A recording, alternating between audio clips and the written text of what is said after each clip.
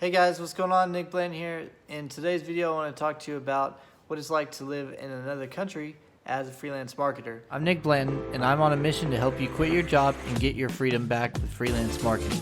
In my first year, I went from making $20 an hour to $100 per hour, and since then, I've made a lot more and worked a lot less, all while making my clients millions and gaining the skills to start my own successful business. If you're ready to do the same and get your freedom back, hit subscribe below. I lived in Bucharest, Romania with my wife and our 3 kids, and I worked from there. All my clients were in America, and we were living in Romania, and I just worked virtually, and we lived very well there. So I want to tell you a few things about what it's like to live in another country, so that if that's something you want to do, then maybe one day this will be able to help you at least decide if that really is something you want to do, or at least to understand some of the things that are going to have to happen for you to be able to do that. So the first thing I would say is that definitely without freelance marketing, I wouldn't have had any way I could have done that without being very poor. So most of the Americans that I knew that were living in Romania actually were very poor, and most of them had gone there as missionaries, and I'd met them before on some trips, because I had first gone there in 2011 on a missionary trip, and we were just talking with people about Jesus on the streets, and the reason that I wanted to move back and live there one day was because of on our last day what happened. And what happened was that I met this group of kids. I had no idea that this existed. Later on, I watched a documentary about it and saw a lot of the same kids and learned that this is, everybody knows about this, but they called them the street kids or sewer kids or things like that. But basically they're these hundreds or maybe even thousands of kids that were living in the sewers of Bucharest at the time.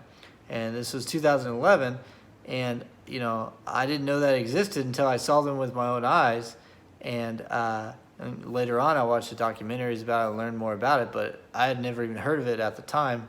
And I see all these kids, and I started talking with them, and saw how they're living, how miserable they were, how people would spit at them and yell at them and tell them to get back and scream at them even. And so I saw all this stuff, and the way these little kids, little, some of them 5 years old, even 8 years old, 11 years old, all different ages, but even to very small kids.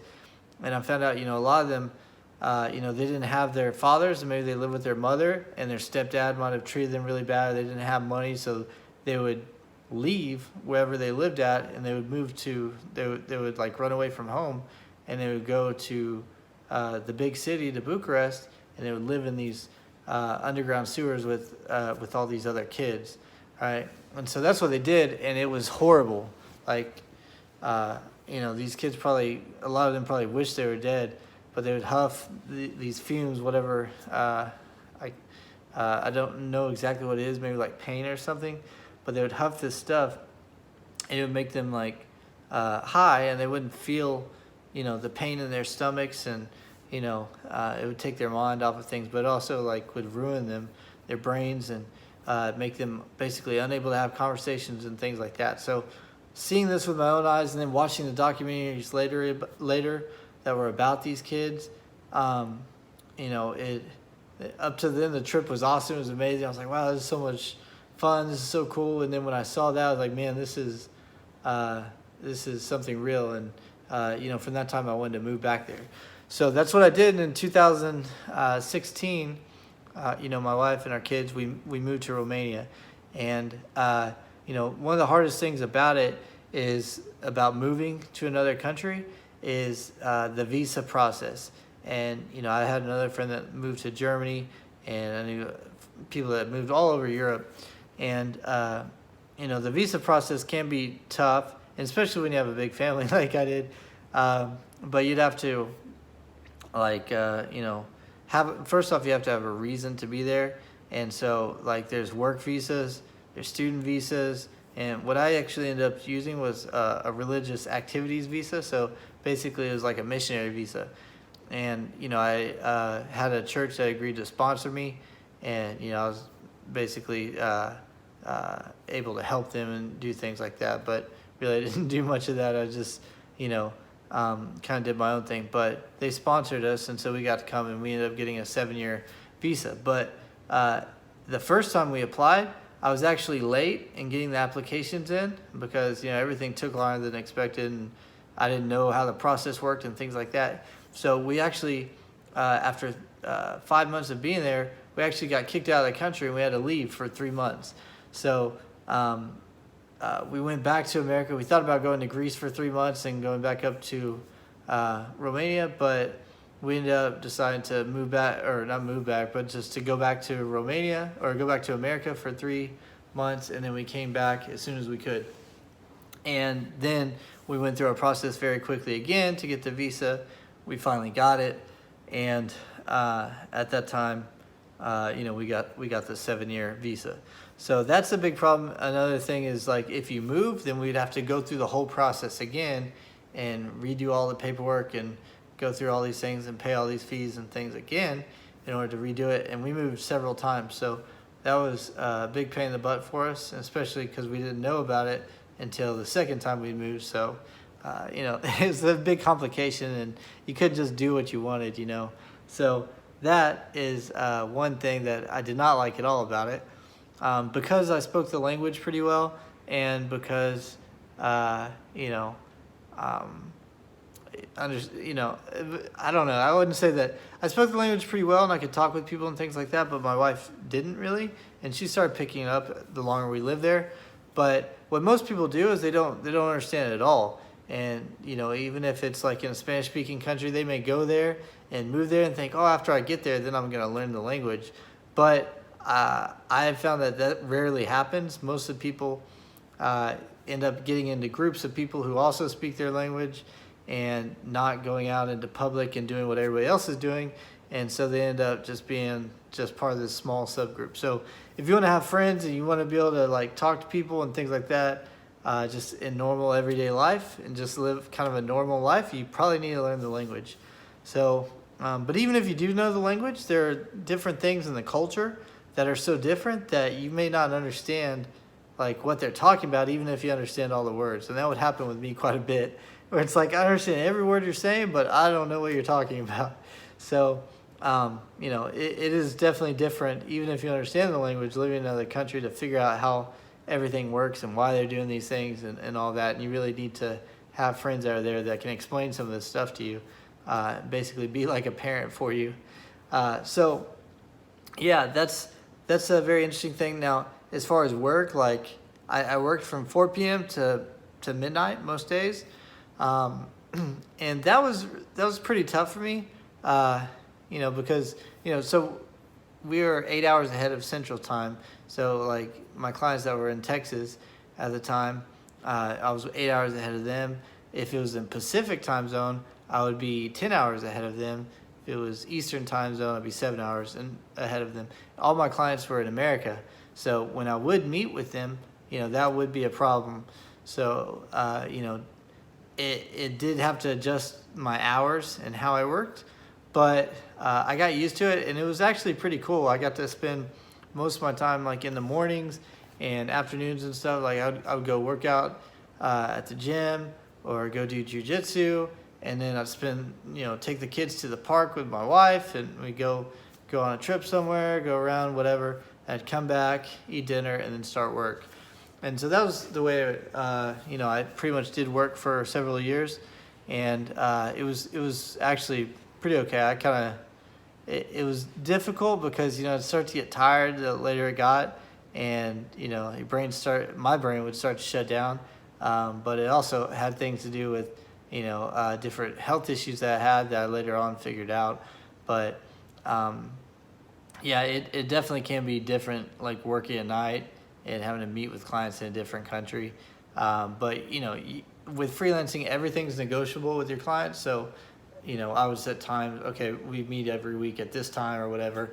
And then a lot of days when I didn't have to meet with a client, if I wanted to, I could work in the morning, and then the afternoons I could, go out and do whatever I wanted to do or something like that. So maybe I think on Fridays, a lot of times I wouldn't work at night because I'd go out with my wife a lot of times. We'd have our babysitter come over.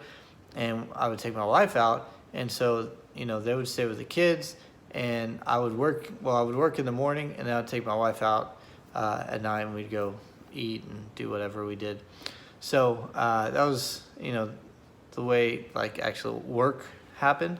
But in general, it was very, it was amazing just to live in another country, to see the differences in the culture, and even just the difference between living in a big city like Bucharest versus living, in any place in Texas. It's very different.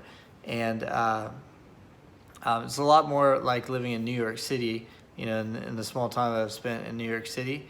Like being in Bucharest was a lot more like that than like living here in Texas, where you could walk, you could take a bus, you could do things like that everywhere. And, and Ubers and taxis and all those types of things. Whereas in Texas, that's like almost never going to happen. You're not, at least in the Dallas area, you're probably not going to walk anywhere. You may take, like in actual Dallas, I live outside of Dallas, but there's hardly any buses anywhere or anything like that. But for it to be normal and for everybody to do it, it's kind of cool. But to take subways around and things like that, it's really cool to be able to get across the city very quickly, to not have to take, not have to drive your car if you don't want to, and things like that is pretty interesting. But yeah, there's a lot of things that I loved about living in Bucharest. And we moved back. It's been 2 years now, a little bit more than 2 years, almost 2.5 years since we moved back. And and I'm glad we did, because it was right before, it was just 6 months before, January 2020. So, then at that time living in Bucharest, like they shut down the city basically, and you couldn't go outside of your house without papers and things like that. And they're giving people tickets and arresting them and things like that. So, I'm glad I came back to Texas when we did, but having that freedom, and I think they're better now, by the way, but having that freedom and that ability to live in another country and to experience different cultures and to learn so much about the world. I know it affected my wife a lot and changed even her personality, and it definitely did me too. And I think one of the biggest ways that it did that is just to see how in other countries people don't just beat around the bush or neglect to tell you the truth about things. They're not worried about offending you. They're much more worried about telling the truth and being a good friend. And so I really like that part about the culture and many other things. But I would definitely recommend, if you get a chance, go live in another country, go experience it, see what it's like. And if you have any other questions, I tried to get through the basics here, but any other questions about living in a country, please put a comment below and let me know. I hope this video helps you. It's very different for me, and but it's what I lived for 3 years, so I could talk about this all day. So if you like this, want to know more about freelance marketing, please subscribe to the channel.